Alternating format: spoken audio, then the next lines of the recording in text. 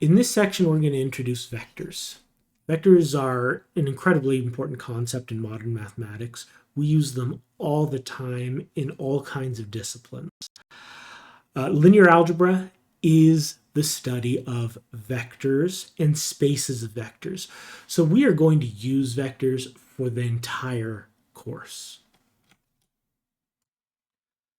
To motivate the idea of vectors, let's start with a simple example.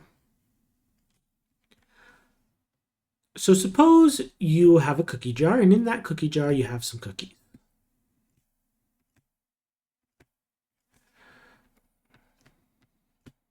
Let's say you're starting with 5 cookies.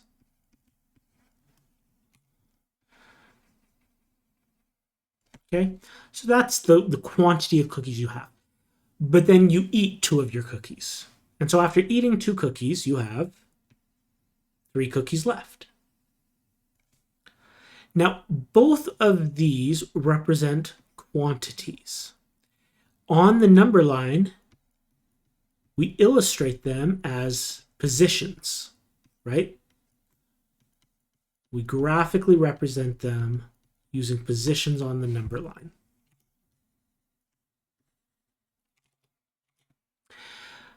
But we could also represent the change in the position.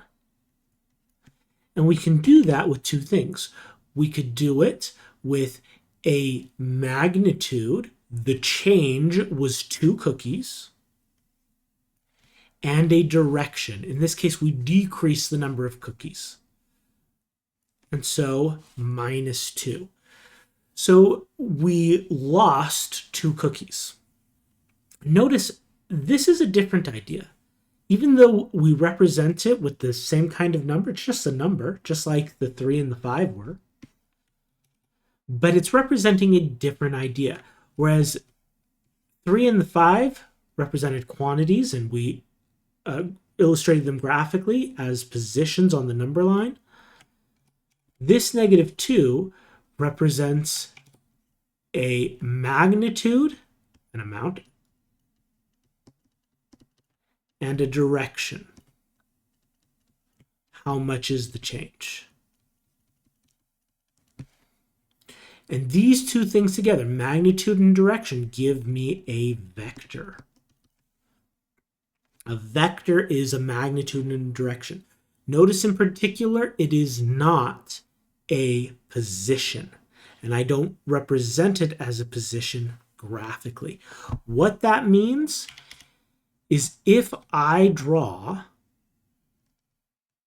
an arrow that's 2 units long going to the left over here, then that represents the exact same change, doesn't it?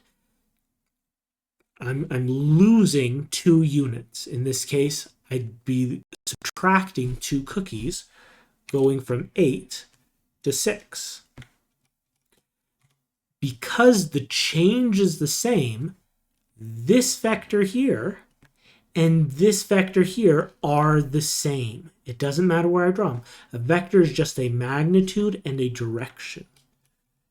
Here, these 2 arrows, they have the same magnitude. They're the same length. They're pointing the same direction, and therefore they are the same vector. They are communicating the same change from wherever they start to wherever they end. The change is the same, even if the position is different.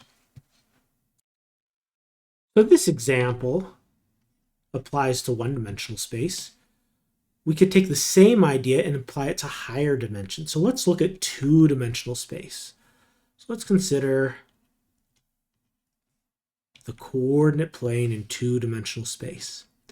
A vector in 2-dimensional space has the same properties. It is a magnitude with a direction. The big change here is we just have more directions we can point in. So for example, let me draw this vector here. Okay, so that vector has a magnitude. The length of the arrow illustrates the magnitude, and it has a direction. In this case, it's pointing to the right and up a little bit, right? Well, I could take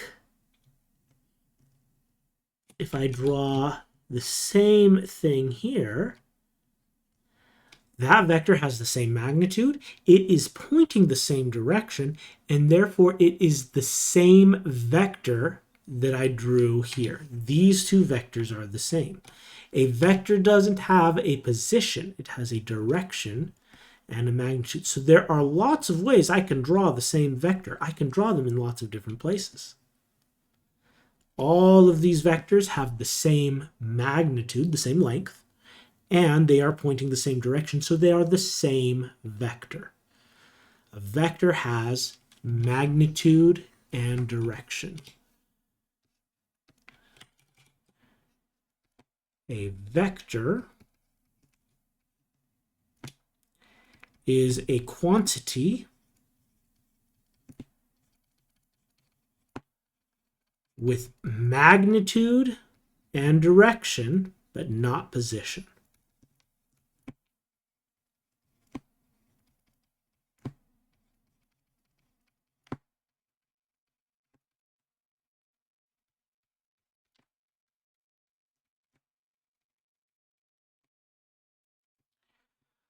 Symbolically, we can represent vectors in lots of different ways. When writing, we will often represent a vector with a lowercase letter with an arrow above it. So for example, this vector here, I might represent it with a V with an arrow above it. Okay? So that's one way to represent a vector. Ways to represent a vector. Okay, so sometimes we'll just call it a variable name, throw an arrow above it. That's how we'll usually do it when we're just writing it out either on paper or on a blackboard, something like that. Okay, in a textbook, they will often use the same letter but just make it bold. So if they take a bold letter, that also means a vector. Okay, now those are the two primary ways that we will see it in this class. Just know there are other ways that we can see it in quantum mechanics, for example. They may use some kind of notation like this. That also means a vector, although it is a little bit more complicated in that case. Okay? And vectors in higher dimensions work the same. We look at 3 dimensions. We could just represent a vector in 3 dimensions with an arrow. If I take a different arrow pointing in the same direction with the same magnitude, it's the same vector, just positioned differently. Vector doesn't have position, so wherever I position it, it's the same vector. In higher dimensions, in 4 dimensions or 5 dimensions, there are vectors also, but they're much harder to visualize. But there's one special vector that does require a special explanation, the 0 vector. The 0 vector is a little bit weird. It is a vector with 0 length, which means direction doesn't really make sense for the 0 vector because it doesn't have any length to point anywhere. So we either represent it with just a 0 with an arrow over it, or we can use that bold notation. So a bold 0 also means the 0 vector. And then one other notation for vectors. Sometimes we like to represent vectors based on what point they can point from and to. So say we have 2 points, A and B. A vector that can point from A to B, we might describe this vector by saying, hey, this is the vector from A to B, and write a little arrow above it. That's the vector that can point from A to point B.